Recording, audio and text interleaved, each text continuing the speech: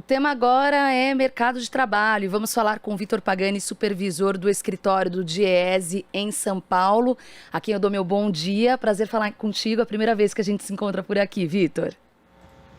Primeira vez. Bom dia, Maria Tereza. Bom, vamos lá. Metade das vagas formais abertas em 2020 é de trabalho sem jornada e salários fixos. Essa modalidade, que é conhecida como trabalho intermitente, surgiu com a reforma trabalhista de 2017, sob a gestão do ex-presidente Michel Temer. Esses dados, ou esse dado, o que ele pode nos mostrar? Como que você analisa? Tá. Bom, esse dado mostra que o que houve de saldo positivo, né, das contratações no ano de 2020 foi decorrente dessa modalidade de contratação instituída ali na reforma trabalhista do governo Temer, que é a modalidade de contratação mais precária que tem, né? Então, mostra que as contratações se deram, né, utilizando esse recurso, né, uma contratação atípica que não garante todos os direitos para os trabalhadores, né? Então, o contrato de trabalho intermitente, o trabalhador ele é contratado, mas ele não tem a garantia de uma jornada mínima de trabalho e nem de um salário mínimo no fim do mês, né? Então, ele tem que ficar à disposição, aguardando, esperando que ele seja convocado para trabalhar, né? E assim o sendo, ele trabalha a jornada que ele for convocado e recebe só pelas horas efetivamente trabalhadas, né?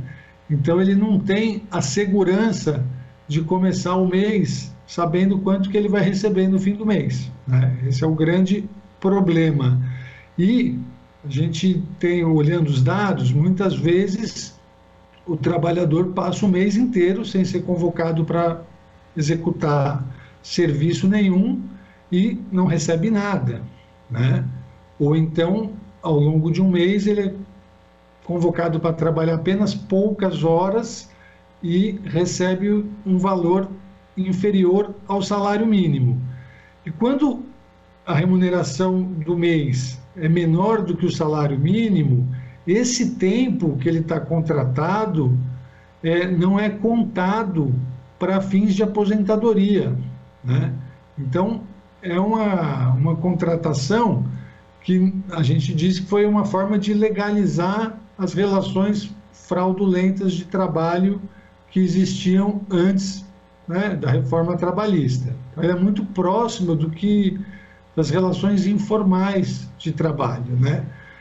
E o que a gente, olhando esses dados, vê, nesse contexto de pandemia, né, então, talvez o contexto favoreceu a contratação de trabalhadores com essa forma de contrato. E os dados apontam que a gente viu um saldo positivo ali, né? Então, as contratações superaram os desligamentos em 73 mil vínculos, né, de contrato de trabalho no trabalho intermitente. Por outro lado, o trabalho com jornada parcial teve uma queda de 13 mil. Então, há uma hipótese de que o trabalho intermitente esteja sendo usado também para substituir o trabalho com jornada parcial, né? E o grande risco é que essa modalidade de contratação seja usada para substituir, inclusive, as formas tradicionais de contratação, né? Então, a jornada de 40, 44 horas semanais.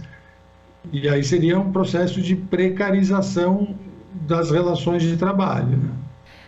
Inclusive, bom, Vitor, você já até começou a responder o que eu ia te perguntar depois, porque me gerou a seguinte curiosidade, justamente dessa relação de uma crise que se agrava por causa da pandemia, porque esse modelo de trabalho intermitente, é claro, está previsto na lei por causa da reforma trabalhista, mas ele compensa muito para o empregador, só que compensa zero para o trabalhador.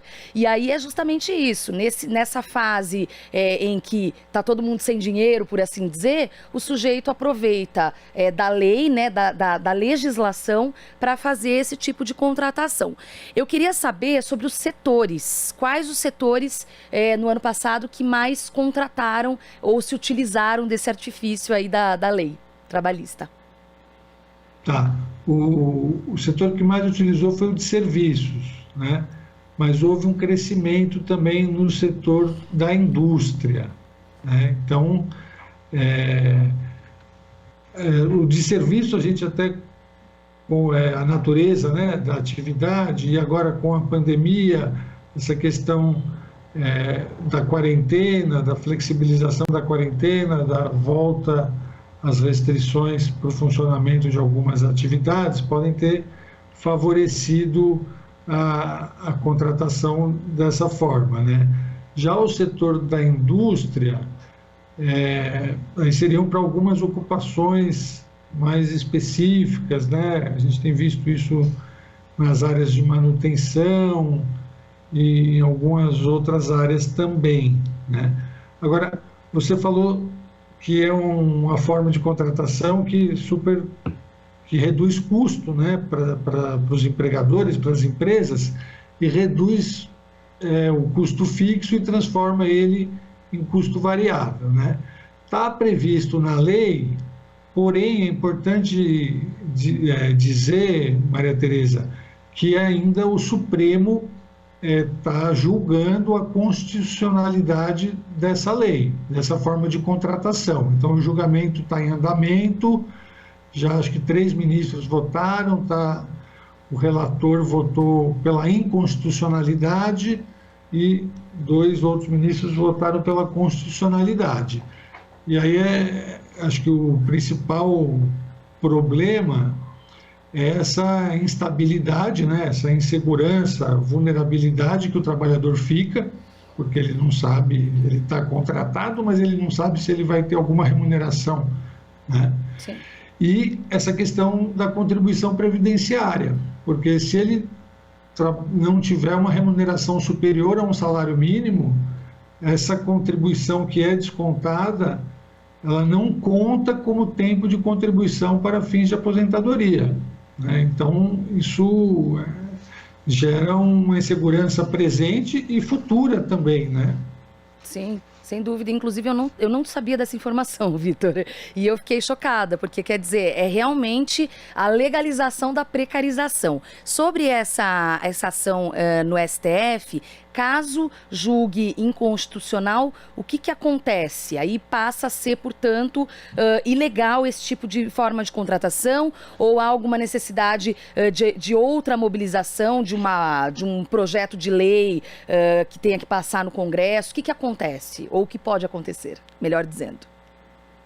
Não, se for julgado inconstitucional, perde a validade, né?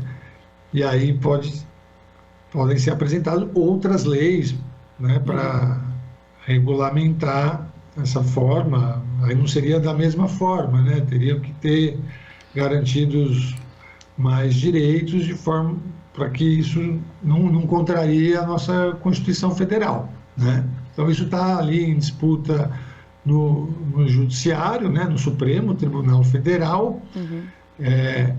Agora, caso seja considerado constitucional, a probabilidade é que o recurso a essas formas de contratação, né, a utilização delas por parte das empresas aumente, né? Então, a gente pode ter isso se espalhando para outros setores também, outras atividades, né, outras ocupações. Então, não ficar algo restrito, porque hoje a gente tem o saldo ali, vou falar, foi mais de 50% total de novos vínculos, né, novas vagas de trabalho que foram criadas em 2020 foram de trabalho intermitente. Mas no total são 230 mil. Ah, entendi. Isso ainda é pouco no universo de, acho que quase, a gente está o quê? 39, 40 milhões de empregos com registro, né? Então, ainda é algo relativamente pequeno, mas que pode se ampliar a depender da decisão do Supremo Tribunal Federal. Tá certo, então vamos acompanhar tudo isso. Quero agradecer demais, Vitor Pagani, supervisor do escritório do Diese em São Paulo. Vitor, obrigada pela sua participação, prazer falar contigo. Ótima sexta e até a próxima oportunidade. Obrigado. Bom final de semana para você também. Obrigada.